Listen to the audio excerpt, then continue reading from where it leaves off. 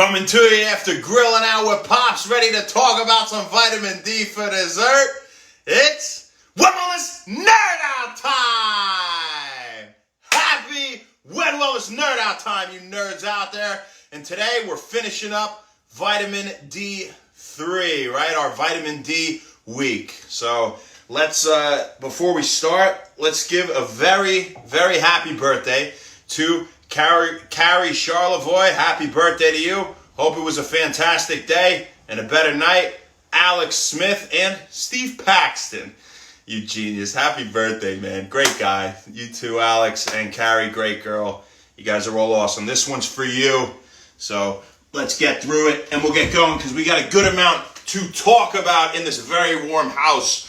So what we're talking about today is vitamin D. The formation in the skin from cholesterol, right? From UV rays. We'll talk about some food sources and we'll talk about your intake levels. So let's start with the skin. Thank you for tuning in. I can't see it from here. I think it might say Nick Cleary, but I'm not sure. Yeah, good vision if I could see it. But hey, how you doing, brother? If that's you. If it's not, how you doing, whoever you are.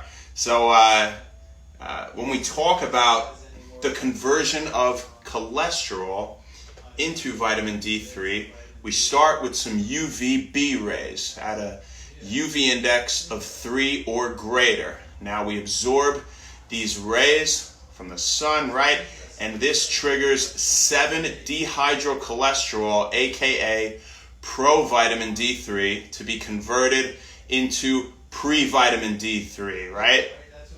And when we have pre-vitamin D3 now, we can either convert it into vitamin D3 itself or lamisterol or tequisterol, for example, but those aren't as important. I want to focus more on the conversion into D3 itself, right? Because it's vitamin D3 week, vitamin D week. So the way that pre-vitamin D3 is converted into vitamin D3 is through what's called isomerization. And when we talk about isomerization, we just mean, forming an isomer, right? And what's an isomer, right? An isomer isomers are two different compounds that have the same chemical composition, right?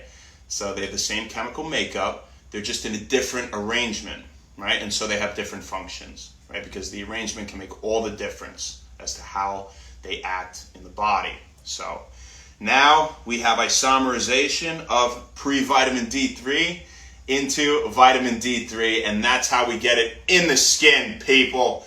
So skin is the last organ we'll talk about relative to vitamin D, and let's get into some food sources. So 1, sockeye salmon, big one. 2, rainbow trout, sardines, herring, canned tuna, cod liver oil is another one. So a lot of fish, right?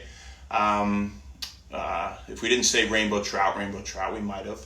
But on top of that, we got mushrooms, egg yolk, and beef liver. So those are a few more. And we can also get vitamin D from fortified foods, right? So we can have fortified cereals, oatmeals, orange juice, cow's milk, soy milk, and those are a few more examples of how you can get your vitamin D through the food. So now that we took care of how we get it from the sun, how we get it from the food, let's talk about your daily intake and sum up this vitamin D week. So we have something called an international unit. Now, an international unit is an internationally accepted measurement of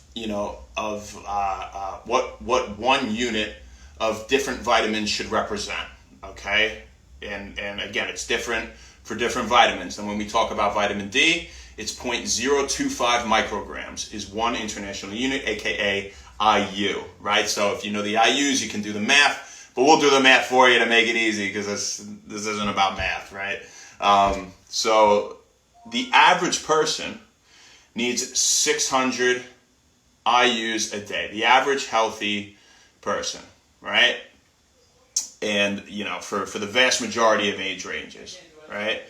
And this 600 IU, of course, translates into 15 micrograms per day of vitamin D. So it's a little bit different for different demographics, different age ranges, right? So when we talk about infants less than 1 year old, right, they need a little bit less. They don't need quite as much because we wouldn't want too much vitamin D and too much calcium in the blood, therefore, right?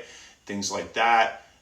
So we knock it down from the 15 micrograms to 5 to 10, okay? So under 1 year old, 5 to 10 micrograms. Now, all the same, on the other end of the spectrum, in the geriatric population, we're talking 70 years plus, you're looking at 20 micrograms a day, right? And why a little bit more? Well, the reason it's a little bit more is because as we age and we go through things like menopause, right, for women, we can less efficiently synthesize vitamin D in our bodies, right? And we can also less efficiently absorb calcium. So we need a little bit more, to give us that same effect, and that's, to fulfill the functions and what we need, people. So fantastic week talking about vitamin D. I promise the menu will say something different tomorrow.